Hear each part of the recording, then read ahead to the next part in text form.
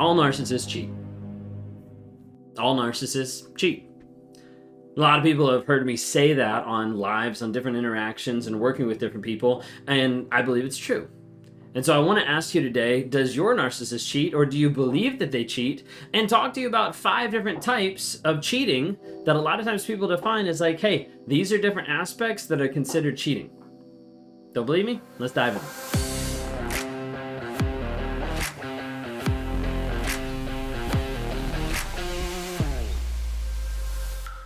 If you guys are new here, my name is Ben Taylor. I'm a self-aware narcissist on this channel to provide awareness, growth, healing, and change. We do it on all the different platforms: TikTok, Instagram, Facebook, YouTube, LinkedIn, Twitter, all under Raw Motivations. You can follow us, like, subscribe, share the stuff to help someone else who might be stuck in toxicity and get free. You never know who you could save just by letting them have a bit of awareness about the situation that they're going in that's awful or that's abusive. If you want to hear from the wife's perspective, check out our podcast called Trauma, Drama, and Life on Apple Podcasts. We'd love to interact with you there. Season 1's out. Season 2 will be coming in 2023. Super excited about that, so stay tuned for more. Also, we've got the NARC app. If you don't know what that is, go to narcapp.com, NARCAPP, Narcissistic Abuse Recovery Community. It's a community of people that have gone through the same shit that you're going through right now. And they've come on there to be able to help provide with courses, with tracking, with accountability, with encouragement, with places to ask for advice, with monthly coaching calls where we bring people in from across the country to help run those and to help inspire in different directions, and also weekly check-ins to help you engage with friends on there to be able to say, hey, this is what I'm doing, this is how I'm showing up, and to be able to work through those on a weekly basis where you can ask questions, everything like that too. So check that out. narcapp.com. If you want to work with me sometimes one-on-one, you can go to rawmotivations.com. Would love to interact with you. I try to focus to help people break the trauma bond, to work on rewiring the story that they believe, to be able to get through limbo land, which is detoxing from a toxic person, and to get to a place where they establish healthy boundaries so that they don't go back to a narcissistic person and so they don't get with a toxic person down the road. You can reach me at rawmotivations.com. Click on one-on-ones. Would love to talk to you there and help you in your healing however I can. So when we talk about narcissism and we talk about cheating, they normally go hand in hand. If you followed any of the stuff on my platform, you know that that is something that is personal to my story. I am a narcissist and I'm also a cheater. Narcissism doesn't excuse cheating, and cheating isn't just because of narcissism. When it comes down to it, we see a lot of narcissists that do cheat. Thankfully, I've been able to work through with lots of therapy, with EMDR, with working on my marriage and everything that's happened over the past several years to work on being clean from supply, from that type of lifestyle, from the cheating aspect, and moving forward to live in a positive way, in a positive environment, to make that positive environment for my family, for my friends, for people around us. Now, a lot of narcissists will come to the table and they say that they don't cheat. Even the cheaters say that they don't cheat. So it's like, how do you know if they're actually cheating or not? Well, typically narcissists will say they don't cheat because they don't want to admit, 1, that they're doing something wrong, and 2, that they might be wrong in who they are or in what they're portraying. You see, someone putting out there like, hey, I'm a good person, and then they go and they cheat, that's incongruent with how they're actually living and how they're actually showing up.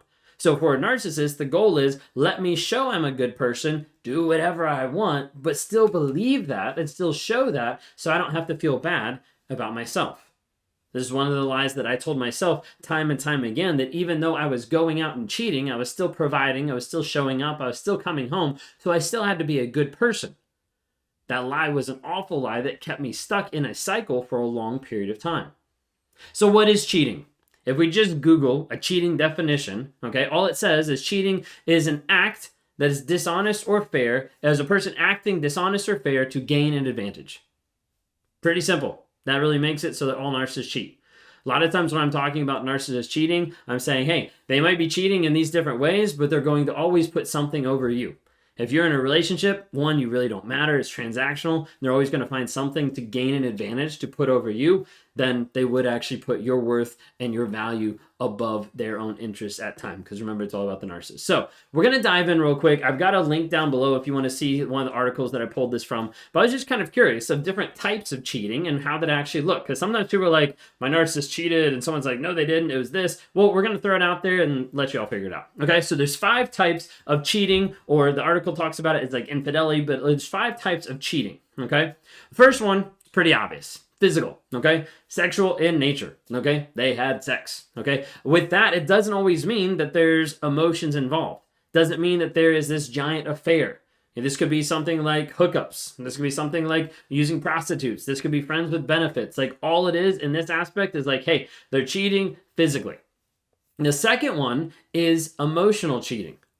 Oftentimes we see this as being this intimacy attachment to another person.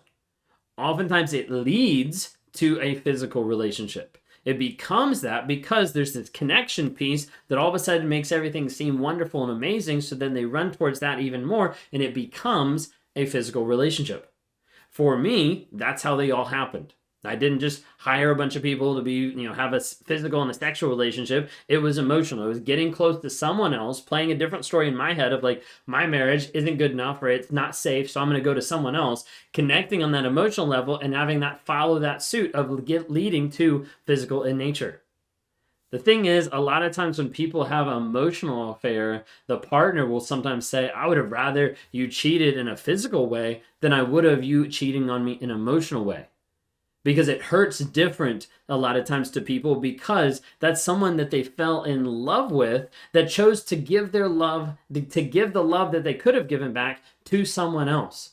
Not just their body, but their emotions, their heart, their soul, like all those different types of things that people look at that and be like, that's really hard to process. And it is. The third one that's listed in the article is cyber cheating. And so oftentimes we see this with like online interactions. So you see this where they're texting multiple people, where they've got 3,000 women or men in their DMs, whatever it might be, and they're engaging in sexual content with those people. So it's not just like, hey, how's the weather? Like, no, it's all sexual in nature. A lot of times people will be on like sexual like chats, we'll have different aspects that they're engaging with, different like webcam stuff, or all going into different types of stuff. That's called cyber cheating. Typically, you're going to see people put pornography under here of saying like, hey, you're cheating on me with that image, with those people in that cyber way. So how they describe it is cyber cheating. Number 4 is called object infidelity or object cheating. Okay. And what this is it the obsession or interest outside of the relationship. So it's putting something else above the relationship that I'm obsessed with, that I'd rather spend time with for the hurt and for the detriment of the relationship.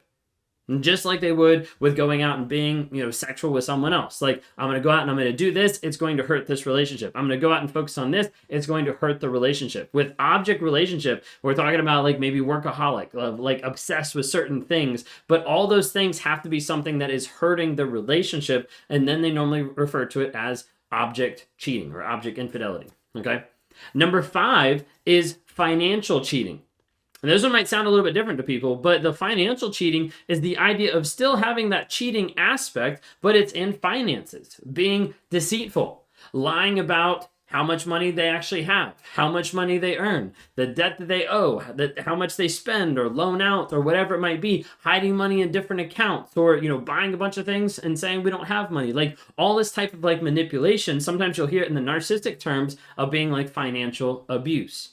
Well, in this context, going through, number 5 was financial cheating. After you've been with someone who has cheated in one of these areas, or that has cheated to whatever level that you view cheating to be, a lot of times it's hard to walk back from that. The majority of time, people don't walk back from that. Sometimes people stay stuck in it longer because of a trauma bond and because the abuse has ramped up to the point where you don't think you're able to walk away from that person. The thing you need to understand is if you're with someone and you're watching this happen time and time and time again, you need to take a look at their actions versus their words, because their words don't mean anything based on their actions being incongruent with how they're living, of how they're talking, of how they're showing up, of how they're demonstrating that respect and love and care to you. If you're with someone who's cheated, who is cheating, and there's no change, there's no honesty, and there's no vulnerability, then you need to walk away. Sometimes people get my story confused when, they're blowing up one of my posts about like, oh, like he's a cheater, like all that stuff. I cheated, confessed the first one, cheated over several years, and then confessed all the others, the other 4. Whenever I did that, I ended up getting into therapy, did EMDR, did regular therapy for a period of time, and then my wife left. Sometimes people get those confused thinking that that was the catalyst or everything like that. Like, she left when she realized, like, hey, even though he's in therapy, it's not changing, so I'm going to leave. The only reason she came back and the only reason that we're together today is because of the fact of changed behavior. As I'm in therapy and as I'm working on it, I'm rewiring my mindset. I'm changing what I'm actually believing and going through and understanding and working on the inner child. Like, a lot of different things happen in therapy. And when she came back to get closed, be able to be there for a week or so, be able to see if there's any changed behavior, what she noticed was a complete difference of how I was showing up, of how I was interacting, how I was responding, how I was demonstrating care towards her versus it being all about me. Now, does that mean we've been perfect? No. It's had lots of ups and downs since then, but no cheating. And we've worked through different boundaries and things that I need to have, boundaries that I know, and then boundaries that she has that I don't know at all. But I just know that every single day I'm showing up to be honest, to be vulnerable, and show that consistent change. And as I continue moving forward, that's all I can do is continue to work on myself regardless of what anybody else does around me.